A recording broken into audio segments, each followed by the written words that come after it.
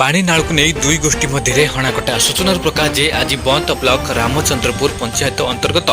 पानपदी grammar हलधर शंखुआ एक tubewell पानी नाल को नहीं सही ग्रामर अमूल्य शंखुआ सांगरे आज सका बचजा होता यापर उग्र रूप धारण करता बेले उभय पक्ष मारपिट होगा फल अमूल्य शंखुआ और स्त्री को मारणात्मक आक्रमण करते ग्रामर हलधर शंखुआ परिवार लोके तेबे परिवार तरफ संगे संगे आंबुलांस जोगे भद्रक मेडिकल को आहत को चिकित्सा आनी देखा मिली।